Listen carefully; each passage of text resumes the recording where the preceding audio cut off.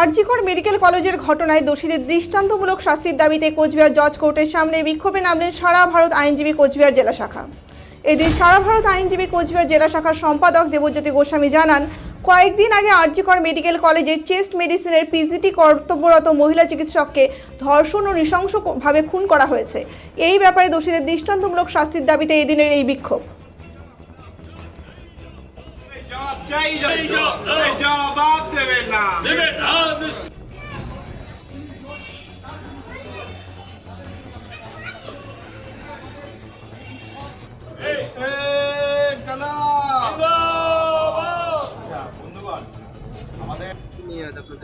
আপনারা জানেন যে গত 3 দিন আগে কলকাতা আরজিকর মেডিকেল কলেজে একজন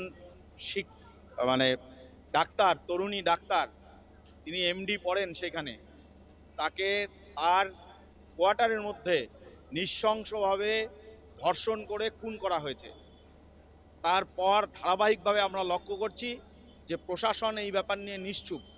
আমরা সেই দিনই আরজিকর মেডিকেল কলেজে আমাদের সংগঠনের যারা রাজ্যের প্রতিনিধি, যারা আমাদের রাজ্যের সম্পাদক, সভাপতি সহ আমাদের অল ইন্ডিয়ার সভাপতি বিকাশ রঞ্জন ভট্টাচার্য, তারা গিয়েছিলেন এবং আমরা পরিষ্কারভাবে বলেছি যে এই ঘটনার অবিলম্বে অতি দ্রুততার সঙ্গে বিচার বিভাগীয় তদন্ত শুরু করতে হবে, আর কোনো রকম ঢিলামি করা যাবে না।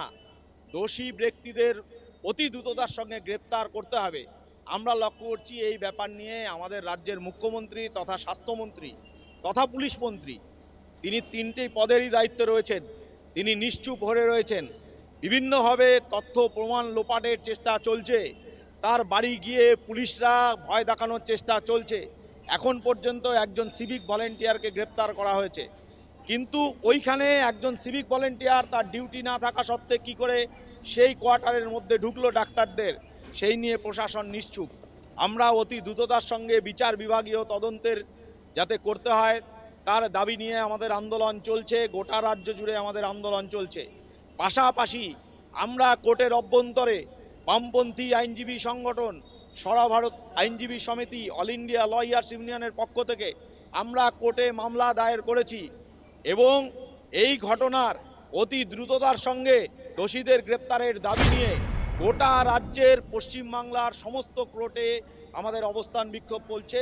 তার কর্মসূচি হিসাবে কুচবিহার জজ কোর্টের সামনে আমরা আজকে কর্মসূচি পালন করলাম। ধিক্কার বিক্ষোভ।